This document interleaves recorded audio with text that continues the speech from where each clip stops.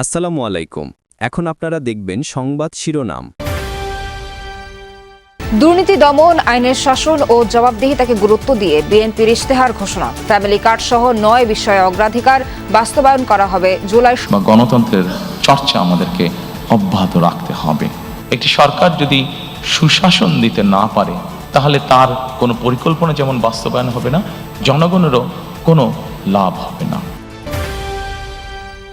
হত্যার বিচার চেয়ে ইনকিলাব মঞ্চের নেতাকর্মীদের সঙ্গে পুলিশের দফায় দফায় সংঘর্ষ।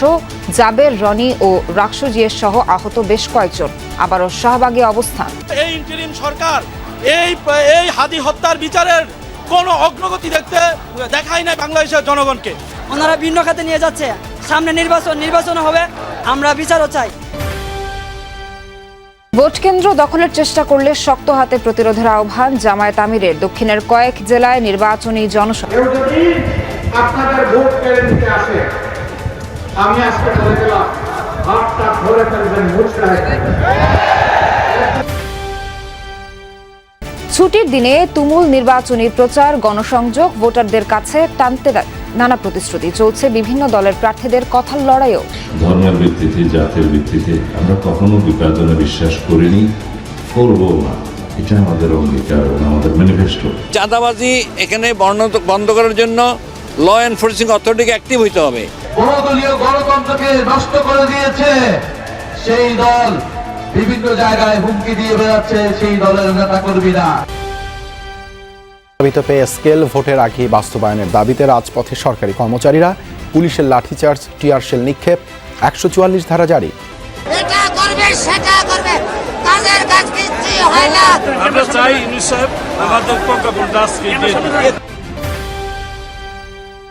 আসসালামু আলাইকুম। এখন দেখবেন সংবাদ বিস্তারিত। ত্রয়োদশ জাতীয় সংসদ নির্বাচন উপলক্ষে বিএনপির নির্বাচনী ইশতেহার ঘোষণা। আজ বিকেল 3:30টায় রাজধানীর হোটেল সোনারগাঁয়ে এই ইশতেহার ঘোষণা করবেন দলটির চেয়ারম্যান তারেক রহমান। অনুষ্ঠানে সভাপতিত্ব করবেন দলের মহাসচিব মির্জা ফখরুল ইসলাম আলমগীর।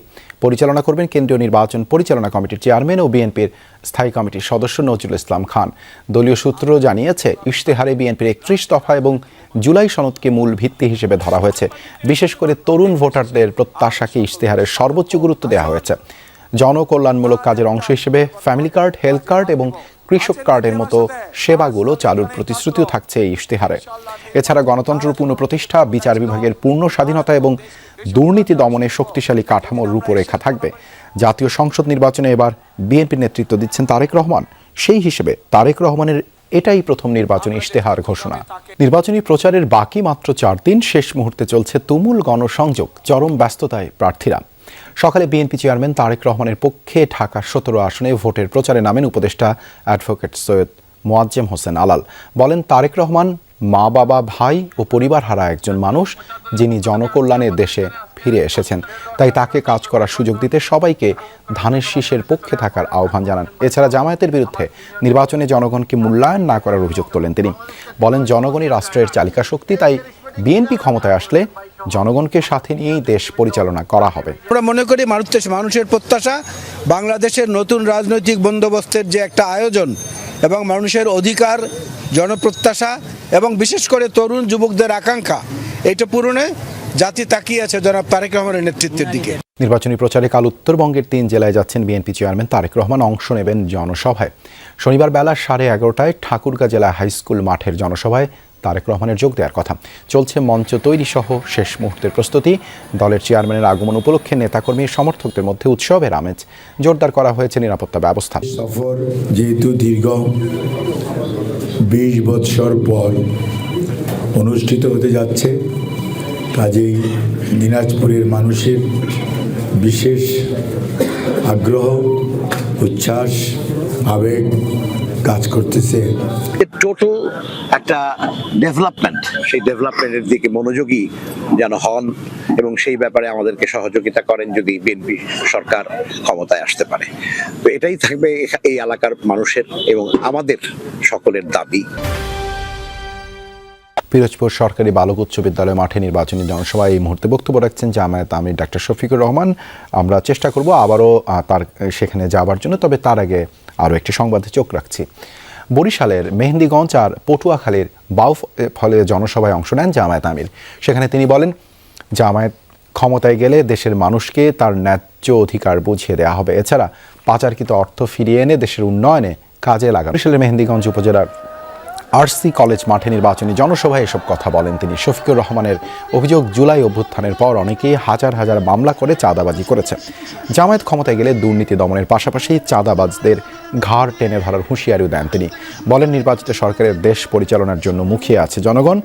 সৎ লোকের হাতে দেশের শাসন ব্যবস্থা চলুক, এমনটাই চায় জামায়াত। যারা নিজের দল সামলাতে পারে না তারা কিভাবে দেশ পরিচালনা করবে, এমন প্রশ্ন তোলেন ডাক্তার শফিকুর রহমান। এরপর পটুয়াখালীর বাউফলের এক জনসভায় বলেন, অন্যায় অপরাধ যদি দেশের রাষ্ট্রপতি বা প্রধানমন্ত্রীও জড়িত থাকেন তাদের আইনের আওতায় আনা হবে। বলেন, অতীতে যারা ক্ষমতায় থেকে সততার পরিচয় দিতে পারেনি তাদের ভোট চাওয়ার অধিকার নেই। এরপর পিরোজপুর, ঝালকাঠি, নড়াইল, বোয়ালমারী ও ফরিদপুরে জনসভার মধ্যে দিয়ে শেষ হবে জামায়াত আমিনের দক্ষিণাঞ্চল সফর। কেউ কেউ মামলা করেছেন 800-900 আসামি, তারপরে আবার অজ্ঞাত আছে এবং এই মামলা করে অনেক বাণিজ্য করছে।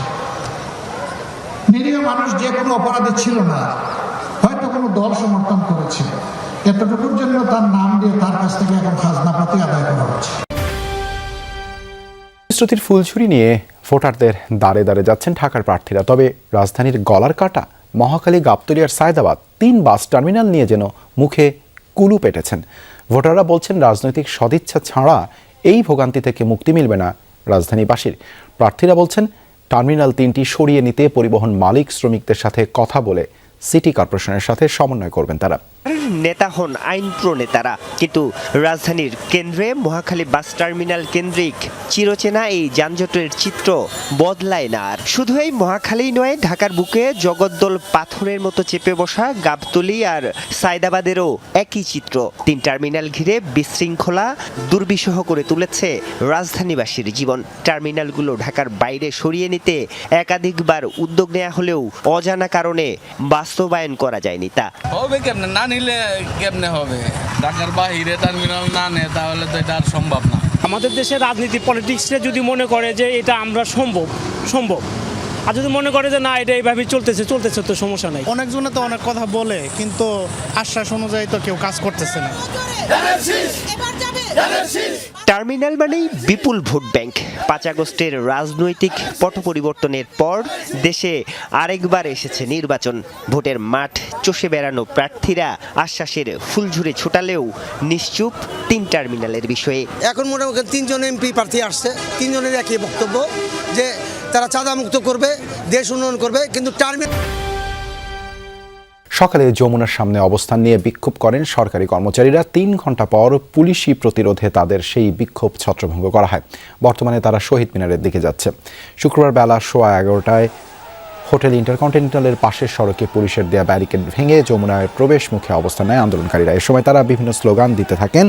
পরিস্থিতি নিয়ন্ত্রণে পুলিশ এক পর্যায়ে টিয়ার শেল নিক্ষেপ করে। এর আগে সকালে ঢাকার কেন্দ্রীয় শহীদ মিনারে জড়ো হয়ে যমুনা অভিমুখে যাত্রা শুরু করেন সরকারি চাকুরিজীবীরা। অন্তর্বর্তী সরকারের সময় পেয়ে কমিশন গঠন হলেও তা বাস্তবায়ন না হওয়াকে তারা চরম অবিচার হিসেবে উল্লেখ করেন। এরপর দুপুর 1টার দিকে সড়ক ছেড়ে চলে যায় তারা, কিন্তু বাদ জুমা খণ্ড খণ্ড মিছিল নিয়ে আবারও তারা জড়ো হয়।